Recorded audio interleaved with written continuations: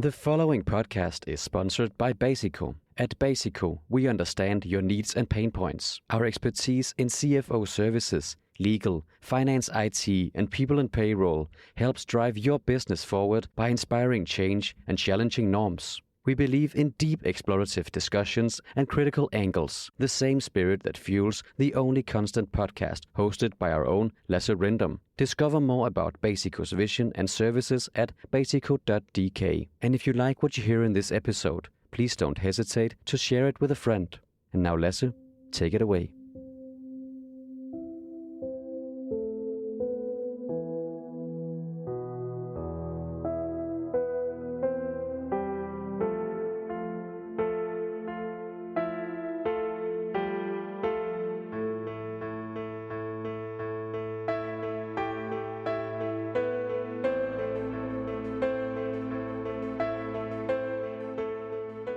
You are listening to The Only Constant, a podcast where we go beyond the usual discussions in technology and business and aim to explore more than explain.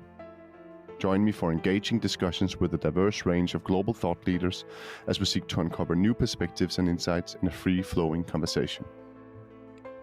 My guest today is Cristina Caffarra, and I'm your host, Lasse Rindom.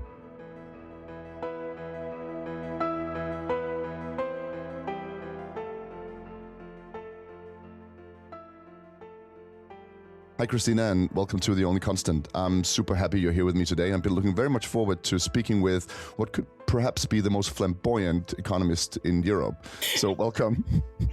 Flamboyant, I like. Thank you so much for having me, Lasse. Yeah, it actually means, you're on flame, you're on fire, right? And I really like that, something that fires up, right? So I remember our introduction chat, you had a harp in the background, and I think you're the first one I've ever...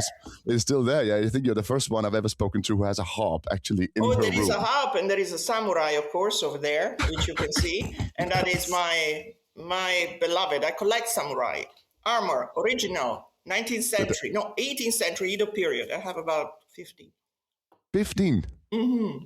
Oh, that's so nice. Oh, okay. I need to visit you at some point, but that's for your Cristina Caffarra Museum.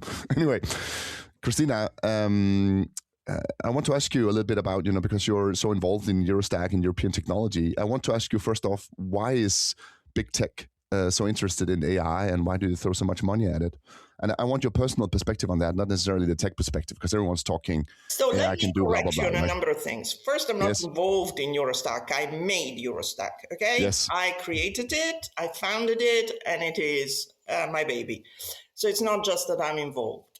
So I'm very passionate about that mission. You're deeply involved. Which is really, and we'll talk about it, I'm sure, during the discussion, about powering up European tech. Directly to your question, why is big tech so involved in AI? Well, it is fairly self-evident, right? AI has the promise of being a very, very transformative technology, which will completely change.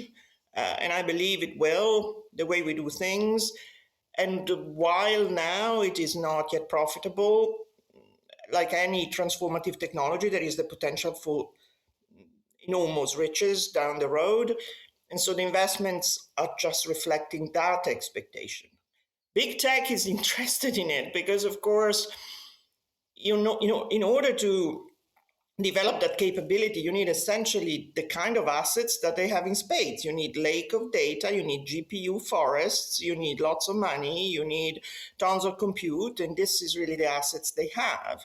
So it is entirely natural that they will take that capability and gain a first mover advantage in that space. So it's probably not. It's not even a question.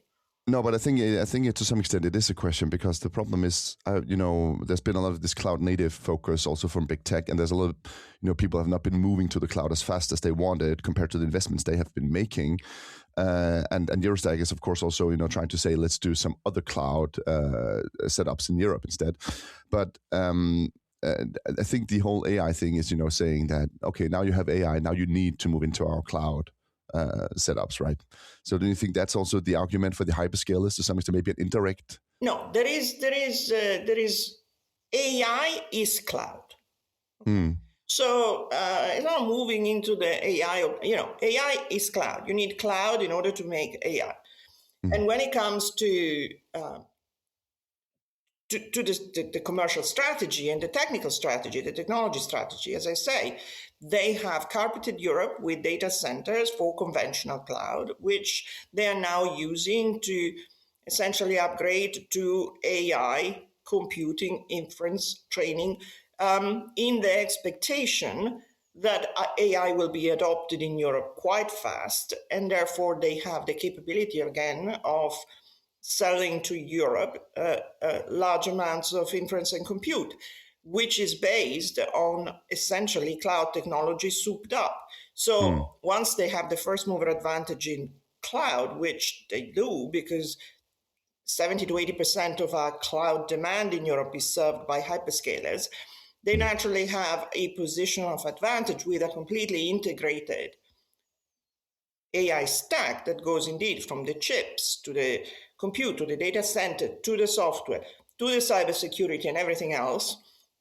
They have a position of first mover advantage in certainly selling that to Europeans. But the expectation is that this technology, while not profitable today, there is lots written about it's a bubble, it will not make any money. I'm in the camp that it will, and it will be transformative, and so there is no escaping it. We already see it.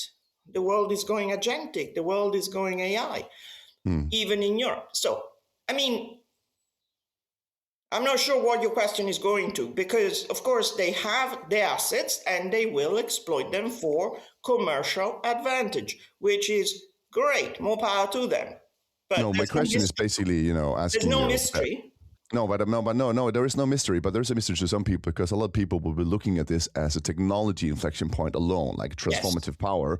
But what I want your perspective on, and I know your perspective is to also talk about, the competition, the commercial inflection point that this is as well, that, American cloud will be, the lock-in will be much stronger. You say the 80% already. Well, in 5 years, with the investments they're making in AI, everyone moving to AI, will that not be a 98%, So, I mean, it's not entirely clear which direction things will actually go, but there is a significant potential for entrenchment to become even more pronounced. At the moment, the current position is that, as you know, I keep saying it, Europe is a digital colony, meaning that almost the entirety of our digital infrastructure is supplied by non-European entity, and that is every layer of that hardware, software, control, and so on.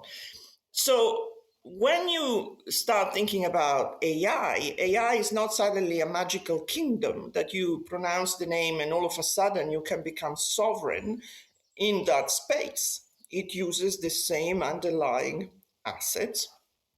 There is a lot of hope in Europe, a lot of talk about sovereign industrial AI, the idea that Europe has certain particular capabilities, for example, in engineering, mechanical engineering, machinery. We know that that kind of stuff is Europe's strength.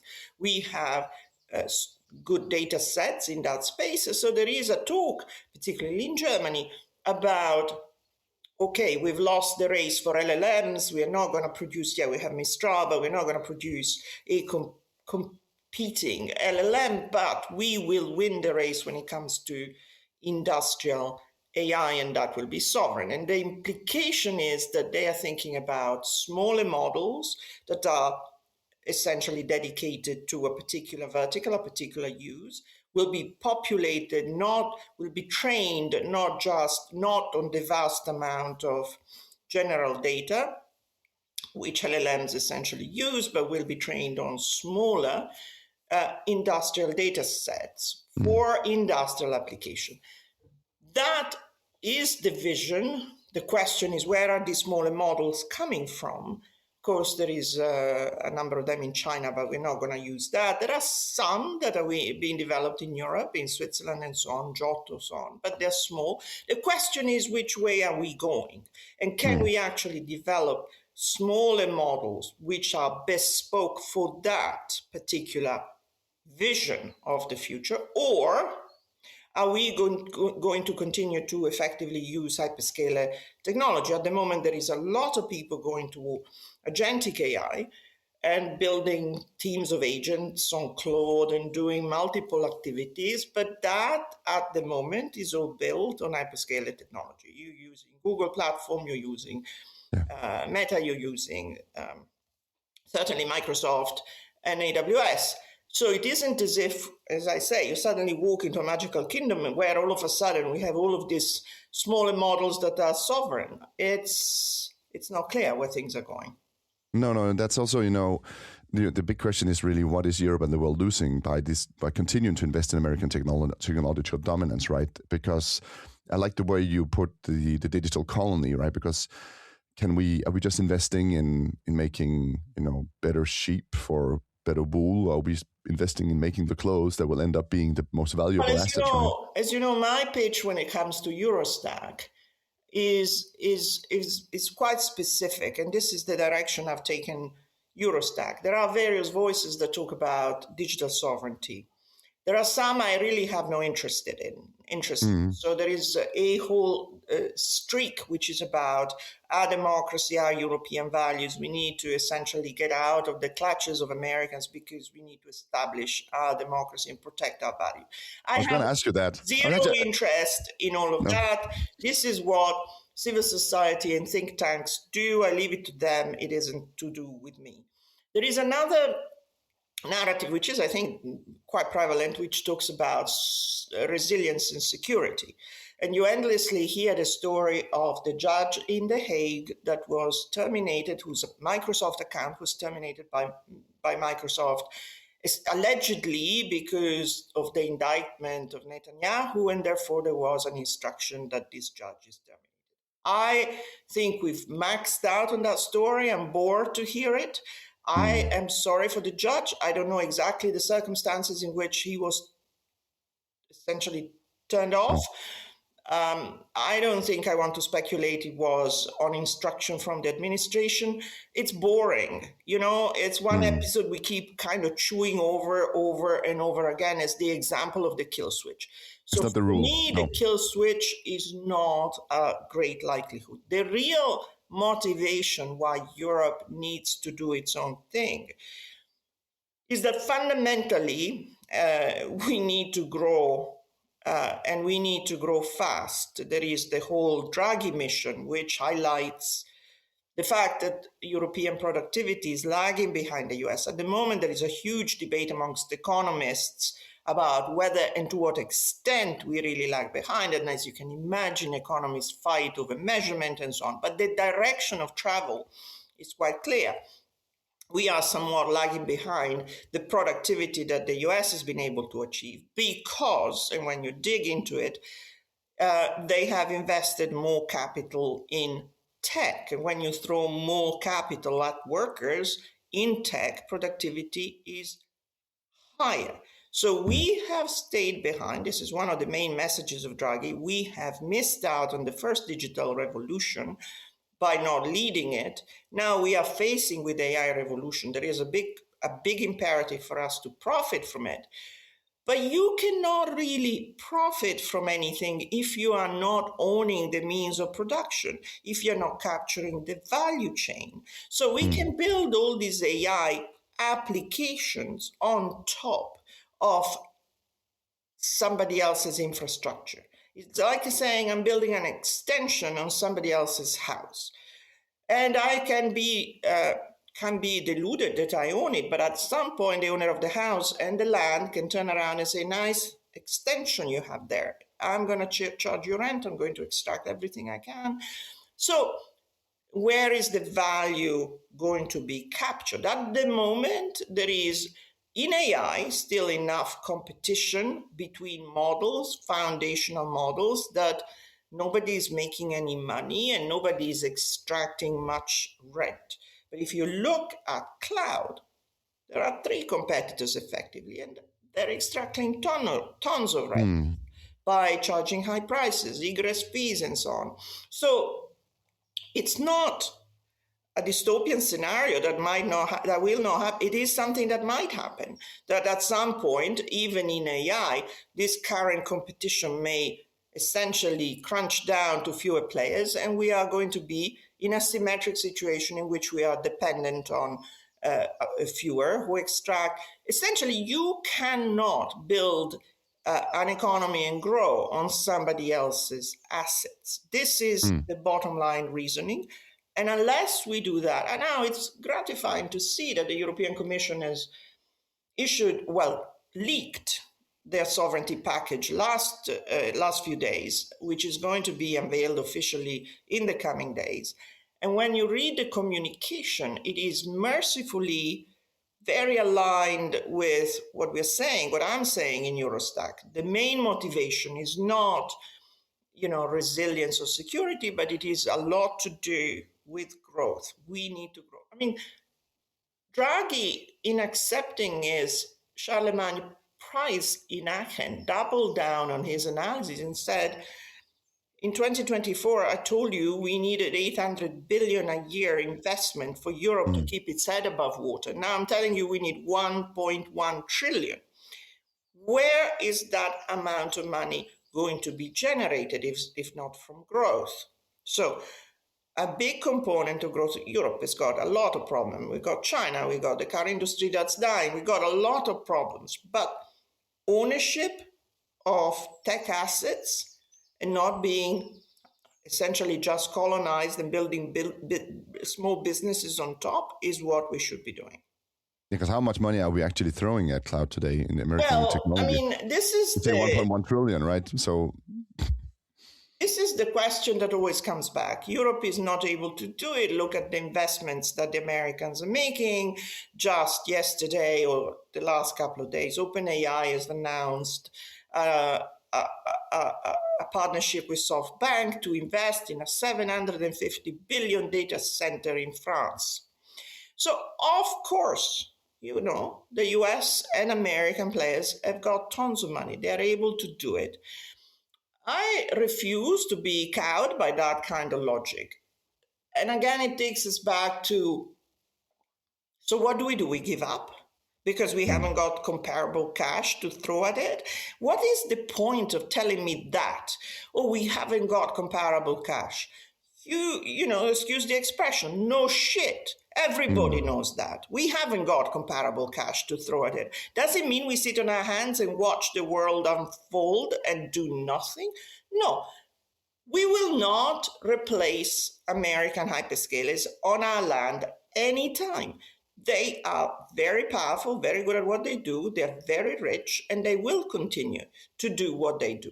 The question is whether we just allow this to continue indefinitely and European capabilities shrink to zero, or we do more than we do today. We invest, we do something that takes us back in some way. Because the alternatives are not. It's stupid to think the alternative is, either we just match them or nothing. There's a ton in between. There's a ton in between, right? In which we don't have to match, we cannot match, but at the same time, we don't have to die.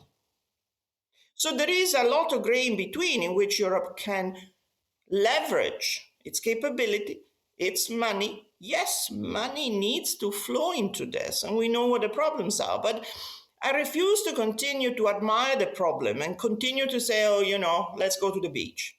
Yeah, we can always talk about the problem, right? That's it's so easy to be critical, right? And I also think that that's why that's your flamboyance as well. That's why you're on fire for something, right? But it's just that I refuse to be put away by the logic that says we can't quite match, and therefore what? Yeah, but it becomes you said digital colony again, and then I think post-colonialism. Then I think, are you a rebel? And I start thinking, are you a rebel to some extent, right? Because Europe, we know colonies, right? We used to own them, right? I don't get worked up by, when I started this campaign, all sorts of political correctness was thrown at me. So I'm not politically correct in the slightest. I couldn't care less. I have no filter. So but how do you align them with all that, right? Let me finish. So what I'm saying is, when I started talking about this, some people were just shocked about the use of digital colony. Some people wrote to me on social media that the word was insulting to slaves. I mean, grow up, huh? Grow up. I'm not using it in this way. I'm not insulting slaves. Just grow up.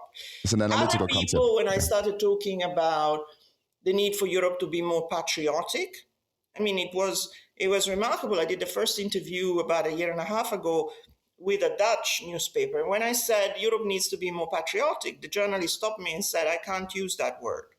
Why can't you use it? Because it is associated with the far right. Mm.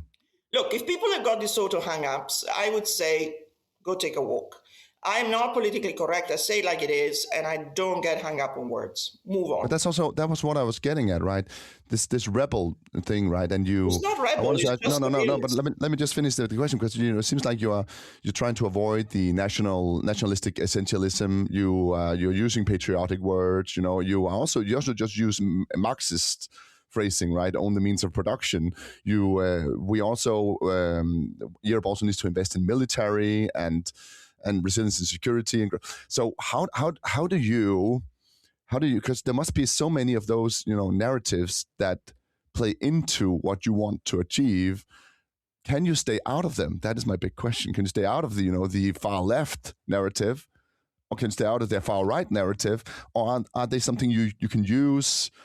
And I just think it's a very difficult position, the one you have there in the middle. Not at all. Don't make it more difficult than it is. It's completely easy. I'm apolitical. I'm not certainly aligning with the left, and I'm certainly not aligning with the right. It's like when I go to the US and I spend much time there, I have a lot of contacts in the Trump administration, but I have a lot of contacts in the former Biden administration. And when people say, how come you know all these people? I say, well, because I'm European, I don't vote, I can be friends with everybody. So same is true here. The mission is economic.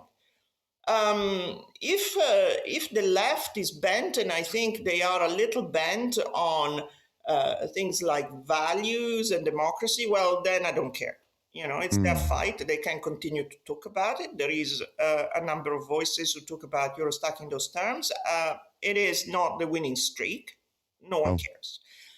On the other hand, I think patriotism is a wonderful word. I think it is not political. We shouldn't associate it with the right. When, again, I'm in the US and you go even to a country concert, the band will say, is there any first responder? Is there any Vietnam vet? Is there any? And then people stand up, and then people take off their hats, and then there is the national anthem being played. And it isn't because they're Republicans or Democrats, it is because they're American. So why are we not European? And of course, Italian and French and Swedes and so on as well. But being proud of being European is absolutely patriotic and absolutely necessary. And it has nothing to do with left or right, sovereignism. I reject that. And I never talk about that. But isn't it maybe our maybe it comes a little bit, feels our fear of the shadow we have of our colonialism and our global power. I don't know why you go there, honestly. I don't know why you go there. It's nothing to do with what I'm saying. No. But I just think you must be coming into all these discussions all the time where they pair you up with some people like that, right? No, they don't, because I'm me. What I'm saying is very, very clear, and is an economic argument that does not rely on political leaning one way or another. I'm interested in growth. Okay, so like now the Mario terrible Draghi question says, and that's where I'm placed. The terrible question that you hated, that I wanted to ask you, are you advocating mercantilism, where we're investing in our own industries and making protectionism? I'm rolling my eye backwards so far that they're going to back my head. I see it. Sorry. I don't know what you're talking about, honestly. Mercantilism, what even is it? So the fact that I assume you're referring to the idea that as part of the EuroStack, I think there is space for some preferences in public procurement for European assets, European products. Now, if you listen carefully to what I'm saying, and we EuroStack are saying, we are saying that it is simply a scandal that we spend 100% of taxpayer public money to buy non-European products. So as a result of that, we spend billions every year in revenue profit that goes to non-European companies. As a result of that, European companies' share has shrunk and it is struggling. So I certainly think that the public sector, which spends my money as a taxpayer, should be directing a part of that spend towards supporting European industry. Now, this is industrial policy. It isn't anything eccentric. In every country or continent, there is a component of industrial policy, which is using demand-side tools. You can subsidize directly companies, or you can use demand tools to somehow steer demand. You can do that in various ways. When it comes to EV cars,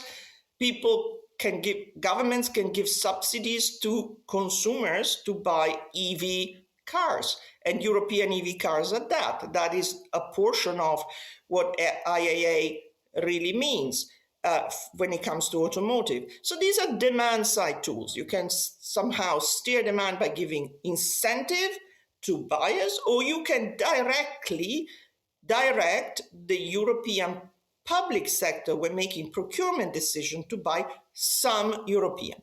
No one's saying 100%. No one's saying don't buy American. We're saying there should be some proportion of it that goes to European assets, 30%, a third, 40%. No one is even saying 50%, or I'm not saying that. So please drop this nonsense of the mercantilism.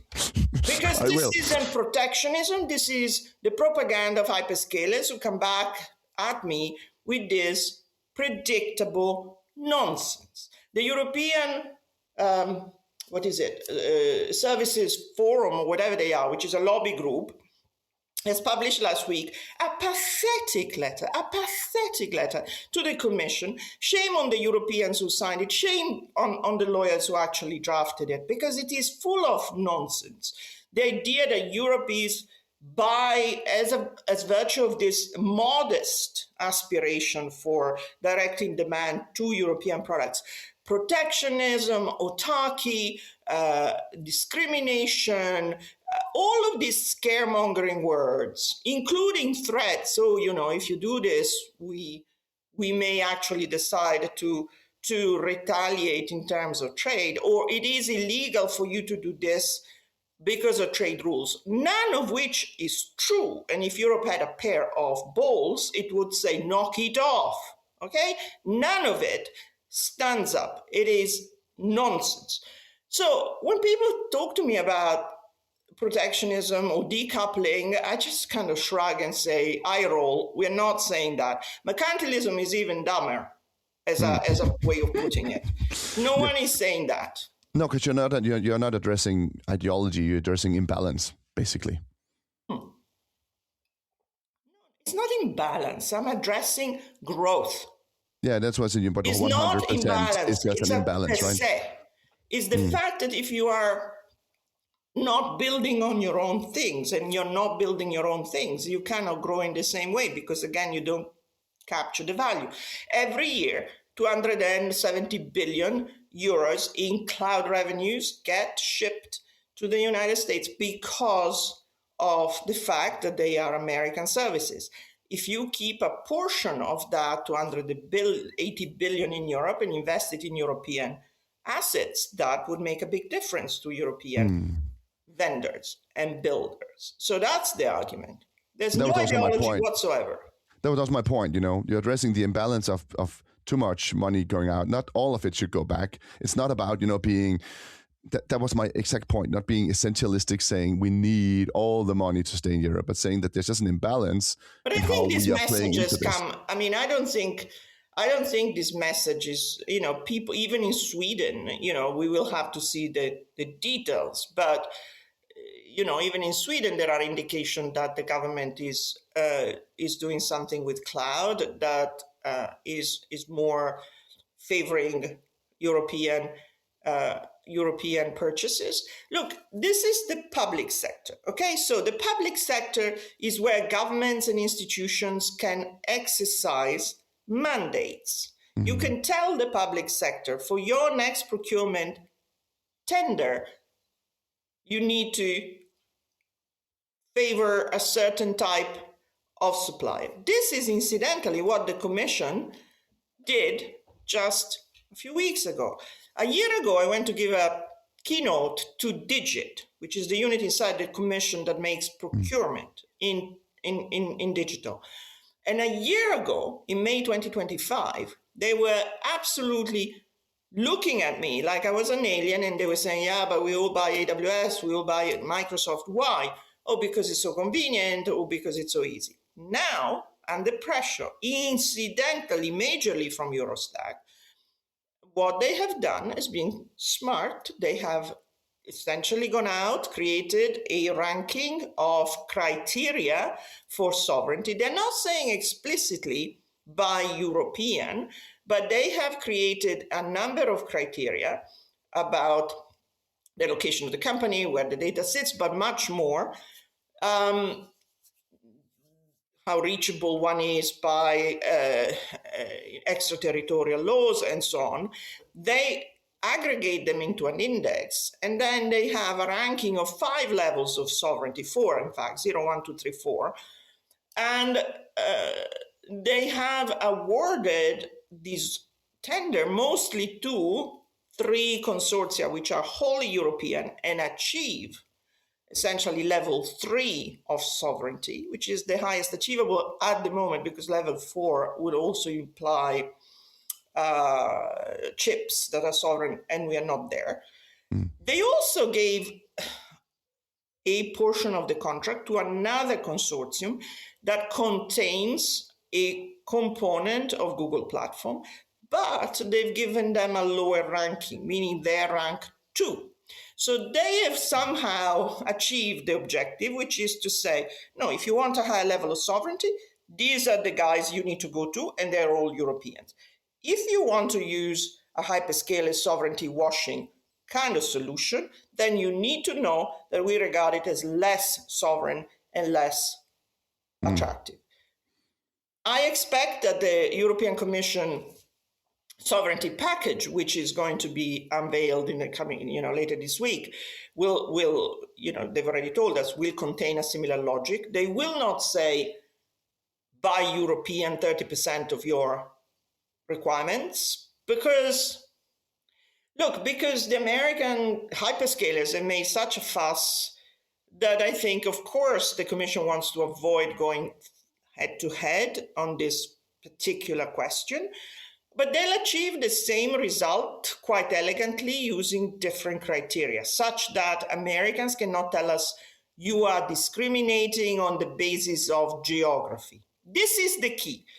Americans are latching on to that because there is a principle in European law, which we've adopted ourselves, that says we cannot discriminate on the basis of geography. Now, that principle was adopted in Europe originally because we wanted to favor the single market. We wanted to avoid Germans buying only from Germany, French only from France, and so on. And so we introduced a principle that says you should not, in Europe, as a European, discriminate in favor essentially of yourself. These are very meaningful rules. What is happening is that American companies are weaponizing them against us, saying, look, you've got your own rules saying you cannot discriminate on the basis of geography. Now you are discriminating against us on the basis that we are American, and well, that is illegal. That is where our politicians and institutions should have the capability of saying, knock it off. This is a rule that was written with a particular objective in mind, which is the single market. We are not going to allow you to make a literal reading of this rule to actually become a trade suicide for us. We have a rationale for that rule when it was originally adopted. We will defend in every law, in every court in the land, any challenge you may give us, because both in the Treaty of Rome and in the WTO rules, there are provisions for countries or continent making decisions that are essentially protecting their interest in situations of serious general interest. And certainly the notion that Europe wants to build its own capability in tech is a legitimate industrial policy objective that is not exclusionary, that needs to be pursued. And we should not allow Americans to intimidate us, to threaten us that that is illegal. We decide if it is legal or illegal, and it isn't illegal. So I would fight it, as you can tell. Make my day, punk. I will fight you every day. That said, the Commission is a little bit more diplomatic, doesn't want another fight on its hands. So they will get to the same place with a more elegant solution in which, instead of saying buy European, they essentially adopt a number of criteria which Europeans can meet and non-Europeans cannot. But they cannot be described as discriminatory. In the same way as, if you think about the way in which France had structured its incentive scheme for EV cars, they had structured it favoring, of course, they wanted to give incentives to consumers to buy EV cars for green objectives. They didn't say buy European cars. They said they formulated it in a way that essentially was saying, we will give these incentives to cars that are built on clean supply chains. And so clean supply chains are only met by European suppliers and not by Chinese suppliers. De facto, that scheme means incentives for European-made EV cars without saying so. We want to do that and just hide behind a finger, that's fine. But we still need to do it. But isn't that also, the big tech companies, the hyperscalers, they're also making a lot of investments in Europe as well right now, building European data centers. They're trying to do this, right? Never denied it becomes an ownership discussion, doesn't it? Doesn't it become an ownership discussion in the end, right? Because if they build data centers in France and in Denmark and everywhere, and it's, Danish, European procured, but they're still owned by them, that's still a problem, isn't it? Yeah. So that's where, they don't qualify. In my book, they don't qualify as being European. That's sovereignty washing. So they're making a lot of investment, sure, because they anticipate demand is going to grow and they will capture much of it. Absolutely. But it just becomes difficult to make then this green, the equivalent of what you said with the EV, saying you need the green supply chain. No, it depends on what criteria you use. So like Digit has succeeded in putting forward a number of criteria that then get aggregated and given weights in a way that give more weight to European solution and less weight to sovereignty washing solution. It is feasible, it can be done, they are objective, and it doesn't preclude them continuing to invest in Europe. As I told you at the beginning, there is a plan announced by OpenAI to create a data center for 750 billion with SoftBank in France. This is continuing to happen. I'm not suggesting it should stop. But look, that plant, that data center isn't going to be sovereign. Full stop. They can be located in France, but they're not sovereign. So it doesn't count in my book. It will be used, of course, but it doesn't count in my book. So can we actually ourselves invest 750 billion in a single data center? Not right now, but it doesn't mean to say there aren't data centers built all over the place in Europe right now by Europeans with private money. Mistral is building some, and so is Evrock, and so are others. There is data center kind of build out for sure on the part of Europeans. But everyone's saying, the US, there's been this saying going around saying the US innovates and invests basically, China replicates and European regulates, right? That is dead, please. But now what you're saying is also that now we're doing the procurement thing, so now we're actually regulating again. We're doing the procurement. But where's the money? Where's the money? Are we putting money from the EU as well? 750 billion? Private money needs to be fluidified and go to this. There is a lot of money in Europe. Questions like where's the money make me want to go into a corner and weep. Europe has got more money than God. We have 1.3 trillion a year that we as Europeans save. And in Sweden, for crying out loud, you have made great progress in this area by reforming pension and allowing pension money to flow into the stock market. This reform hasn't happened in Europe. If we did something Swedish-like, it would be a great progress. Of course, I'm not holding my breath that France or Germany will reform pension funds in the same way, but that would be a very productive way to do it. We in Europe have 1.3 trillion a year in savings. America's got 0.7, nearly half of it.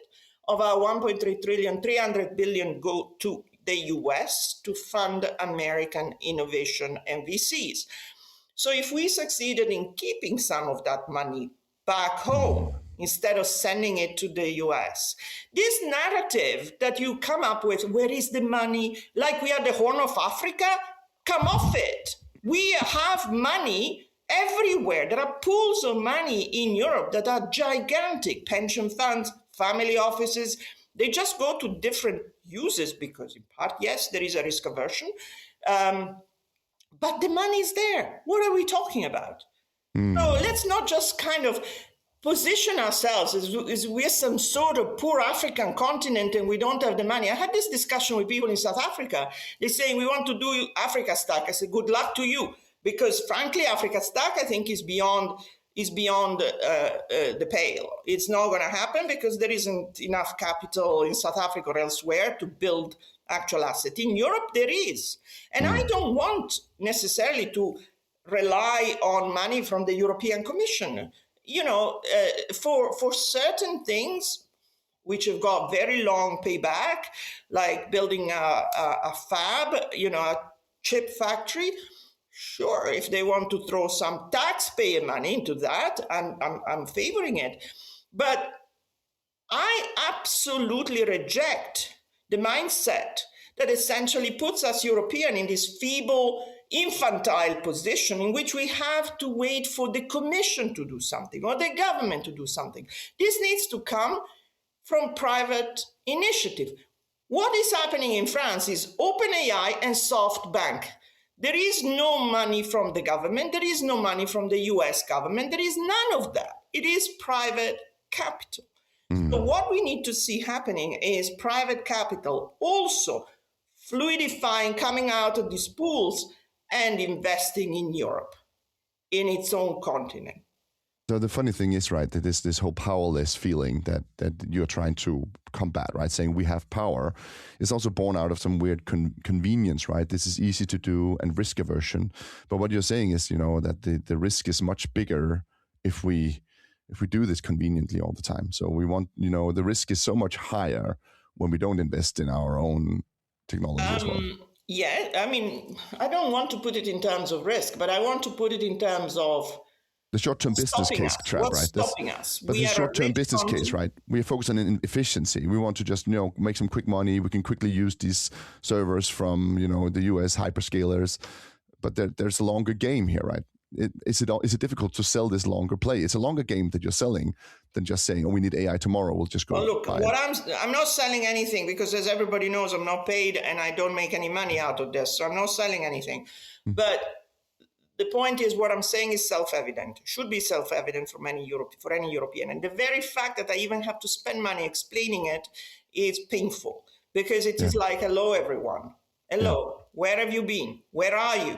Don't you see what's in front of your nose? Why do I have to explain the obvious, which is we are not going to make much progress as a continent by remaining captured by technologies that we do not build. We are going to have the direction of innovation completely set by people outside Europe. How can we innovate? I mean, there's this great big buzzword all the time, innovate, innovate, innovate. How exactly do you innovate if you are essentially captive to a set of directions and decisions that you haven't contributed to make?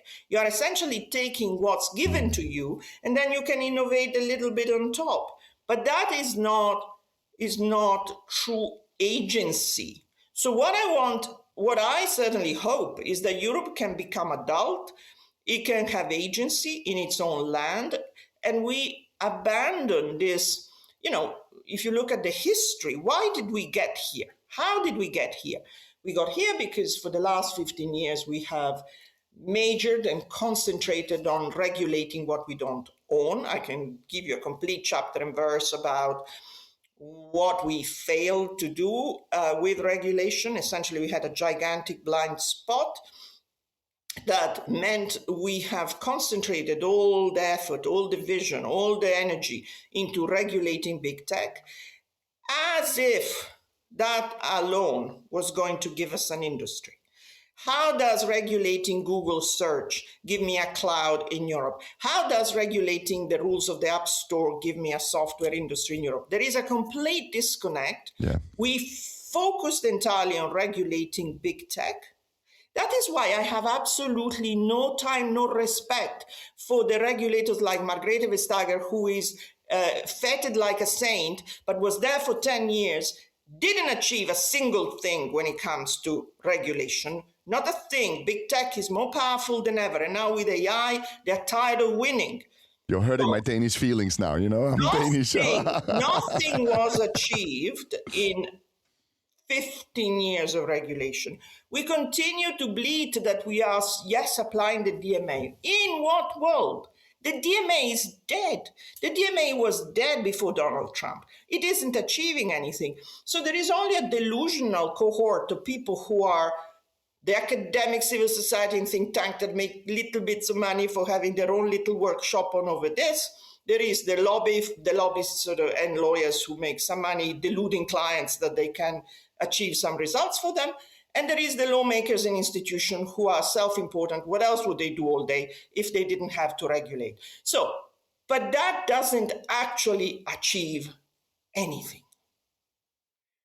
So, we ended up in this place because for 15 years, we have done nothing other than trying to regulate and failed. And we didn't build anything. So it is time to build. And building has gone on in the background. What do you need to do, though?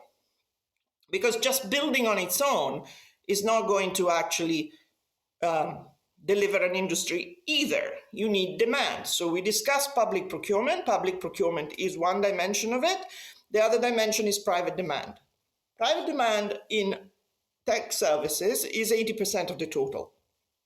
So incidentally, even if you succeeded in having 20% of public demand into European products, 20% of 20% is 5%, and it isn't going to move the dial very much. What is going to move the dial is going to be private demand. Is private demand ready to shift to European solution?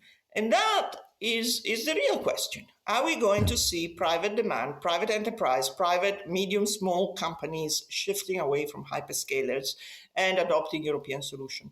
I think the jury's out. We are seeing some movement. The big European enterprise are not helpful.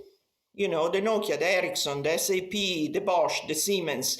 These are the companies who should be champions of Europe, and they are not.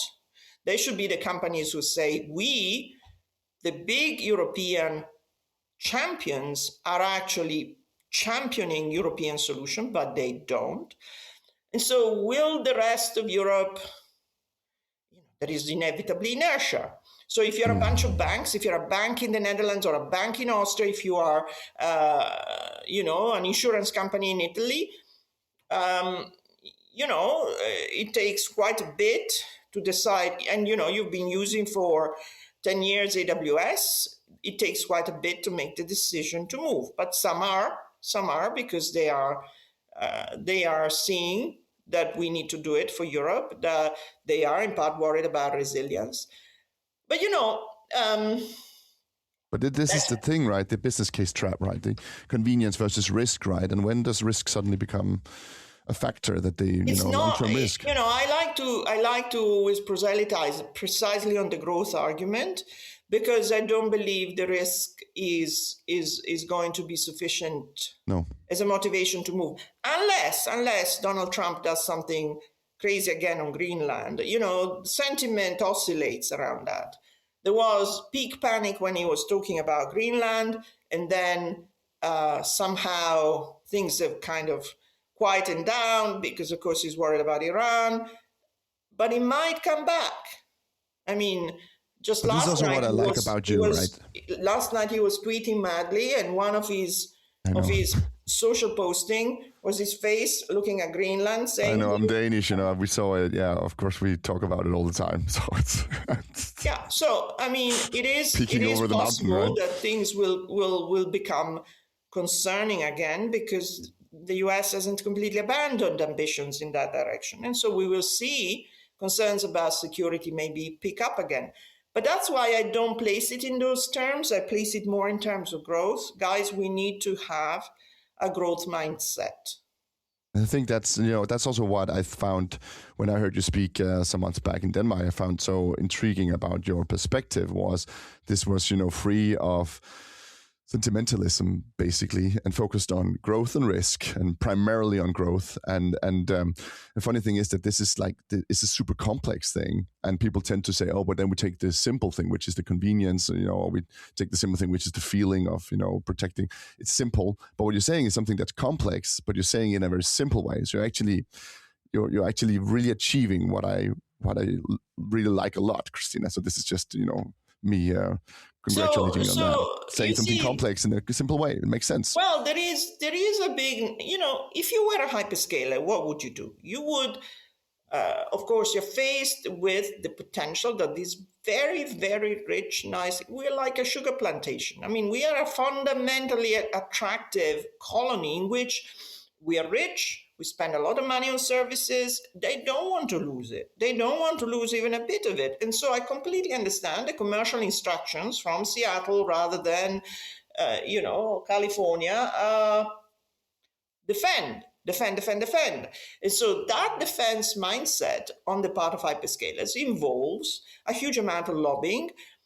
They have a lot of money to do this, and what they do very well, because they're very used to it, is throw this lobbying money around, giving journalists briefings, seeding fearful narratives. So one of the narratives that is out there is European products are costlier and lower quality. That is simply not true. Because when you do comparison, even of the ticket price for various components of a cloud service, from databases to storage, Kubernetes, whatever, YAS, PaaS, whatever, there are solutions in Europe that are a fraction of the hyperscaler cost, even before you consider the egress cost and all that. Of course, they don't want to say that. They will never say that. Their defense is to say these European solutions are rubbish and they're expensive. It's not true. Of course, it is also true that it depends on the user case. If you have a user case which is particularly complex and requires global scale and masses of compute and inference, then of course, hyperscalers have a much more attractive solution. I'll give you an example. If you are Mercedes doing AI training of self-drive cars, then what you have is an enormous data set that has every cobblestones, every pothole in every street in Europe. That data set is defense relevant, incidentally, because it gives you coordinates for Chez Macron. And, you need enormous amounts of compute to train a self-drive car. And there is no scope for error, mistakes, because if a self-drive car crashes into people, it kills them. So this is one of the most complex and sophisticated user cases, in addition to which Mercedes has got 1,000 applications for its platform, and it's not going to maintain a platform in Europe and a platform in the US. It's got to have cars that are drivable from Amsterdam, but also in Texas, in terms of the application data set. So, true, if you have that kind of user case, I'll be the first to tell you, go to Microsoft or AWS because they have the global seamless solution, whatever. But if you're a bank, an insurance company, a retailer in Europe, you don't have the same problem. You don't have to do the same. You need an amount of cloud to store your data. If you are, so it isn't the same level of complexity. And for that, there are plenty of European solutions that are adequate today. So what is the concrete, what are you doing at EuroStack? You're telling the story all the time. Well, what are you building? What are you trying to build with EuroStack? Well, what you need to understand is that EuroStack is not a company, is not a commercial operation. It is a volunteer organization in which no one is paid. And I have deliberately resisted the notion of turning it into some sort of association, because the moment you turn something into an association and you start asking, quite bluntly, association fees, people think you're their lobbyist. And I am not a lobbyist. I would never lobbied in my life. I'm not getting paid to put a point of view. There are plenty of lobbyists, even in this space in Brussels. I can name several.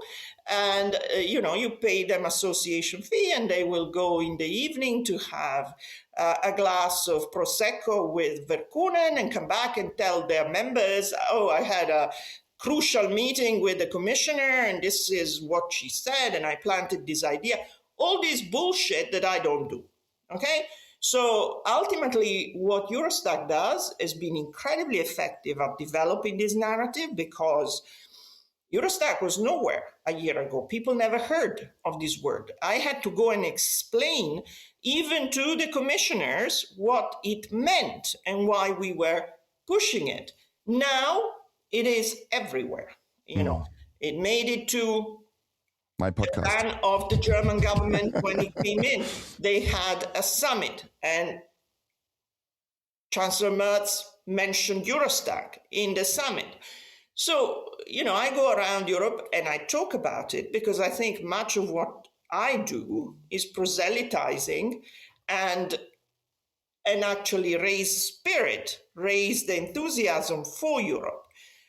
Because it is what we have been missing, this notion of pride in Europe, which is nothing to do with our stupid values and democracy. Listen, that story I don't care for, because when I speak to Americans, they say, you Europeans are just always on a moral high horse. You just go on your horse and say, oh, we got unique European values that are just ours. Like, we don't have values in the United States. You don't think we have values? Just come off your horse, please. And they are absolutely right.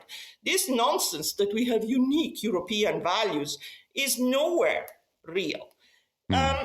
For me, it's more a question of when I travel around Europe from Stockholm to Copenhagen to Warsaw to Vienna to Milan to Amsterdam to Paris to Munich, it is overwhelming the sense that we are tremendously capable, tremendously powerful, tremendously rich, and we have these ecosystems. You have them in Stockholm, you have them in Munich, you have them in Paris, you have them in Amsterdam.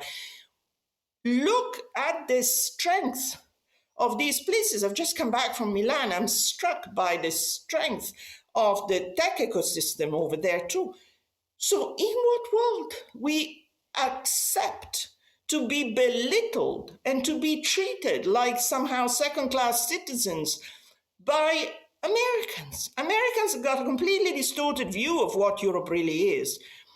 I was at a conference in Chicago where famous American professor goes, talking about American capitalism has its flaws, but look, we should count ourselves lucky that at least we are not Western Europe. Western Europe sucks. And I had to stand up and say, sorry, Cleveland, Amsterdam, just compare.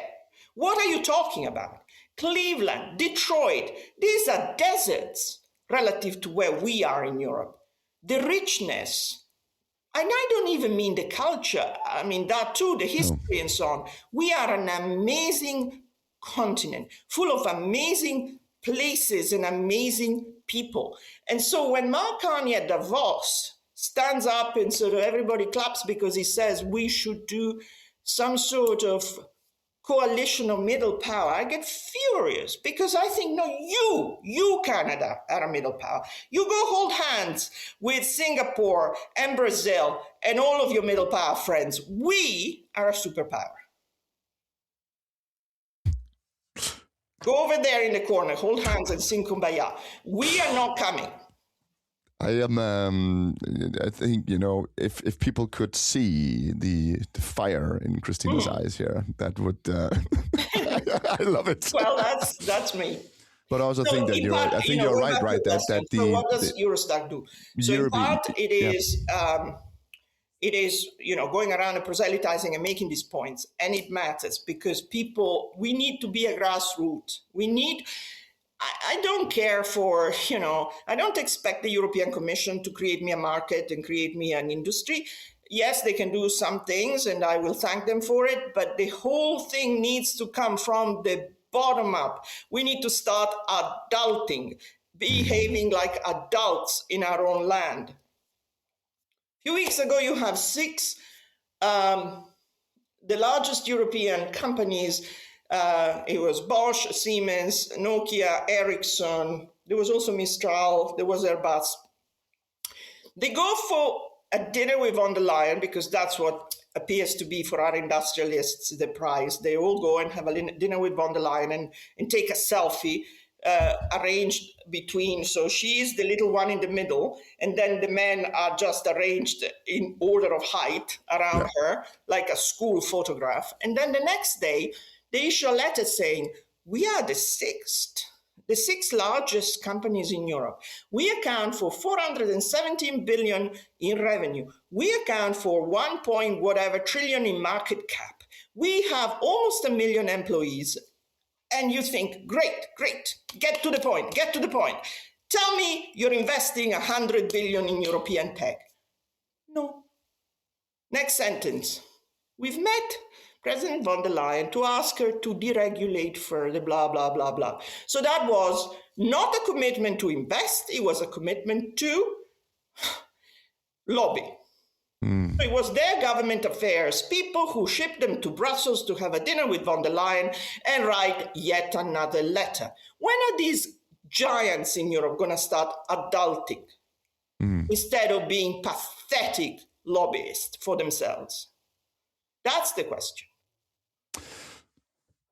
I think, Cristina... On this note, we can leave it. Yeah, but I think this has been a really great conversation. I really loved having your perspective and your fire on this show. And I also like, you know, the whole... I feel energized by it as well. And I hope that everyone listening in will feel energized by it as well. We're doing other things as EuroStack, so I didn't get to talk about them. But, you know, we are doing Fund Europe. We're having a lot of VCs and family offices interested in creating a EuroStack Catalyst Fund. And we're doing... by groups in order to move demand. So we're not doing, we're doing, but that's for another episode perhaps. No, but you're enabling and you're connecting and you're making sure that there is a part, you know, not a political party, but a party or an interest or a, you know, you're using your fire, Cristina, right? you're sending it like Apollo to the rest of us through the harp. Right. Thank you for the conversation. I enjoyed it. But Cristina, I have I have one final question. I always ask it on the podcast about, you know, and I hope, are you ready to answer that? I know you're like, when I wrote it to you, you're like, what is even that? But I always ask it. So I have to ask you. I just don't know what it means. If you're going to ask me what is the only constant, I don't know what it means. No, but then you can say that because what drives you? What gives you the fire? I want to ask you the question. I'm going to ask you the question because I always do that in the end. People expect that question. It's a capstone. So you're going to have it. Well, it's just that I don't understand the meaning of the only constant. So if the question instead is what drives me, I don't know. I had a big career. You know, there is perhaps... Let me ask you, and then you just give me all that, okay? Okay. So Cristina, what is the only constant? But I have to ask you, what is the constant? What does it mean in English? I don't understand the question. The constant is basically saying that, what is it that drives change? Well, it's a funny way to put it because constant feels like something which is always there and you want me to talk about change. So forget the question because I don't understand it. If the question is, what drives me, I don't think it matters. But if you really insist, there is, I had a big career in antitrust for 25 years. I was top of the game. I was one of the biggest economists in antitrust and so on. And then 3 years ago, I realized that antitrust was a complete waste of time, that both intellectually and emotionally, I had no interest in it anymore because I don't think it is achieving anything. And it was a real waste of energy and time. If you like, there is a book, not that I was inspired by that book, but somebody told me about it recently. They said, you're on your second mountain. It's a book called The Second Mountain, written by a New York Times columnist or opinion writer. And the book describes a situation in which people have a career, and for 30 years, 25 years, they power up a mountain, they get to the top of the mountain, they achieve everything they want to achieve, money, fame, reputation. And then at some point they get on the top of that mountain and they look around and think, what else is there? What am I doing here? I don't want to do another 10 years of this. I'm bored with it. I don't believe in it anymore, and so on. And then in the distance, you see another mountain, which is golden and it's interesting. And you think, that's actually interesting. I want to go try that one. But there's no bridge. You leave everything behind. You know, what you have been is forgotten. No one knows in the second mountain. So when I talk about digital sovereignty, tech, etc., no one in this world know anything about antitrust or who I was, and they don't care because they agreed that this was a waste of time. But it has been extremely exciting and energizing to do something that I believe in and passionate about, Europe, in a field that I know, which is tech, because I've done a lot of antitrust and regulation in tech. So if you like, the motivation is Europe. I feel passionate about it. Europe. Thank you so much. This has been great, Cristina. Thank you so much for being on The Only Constant. Thank you. Great to see you. Bye-bye.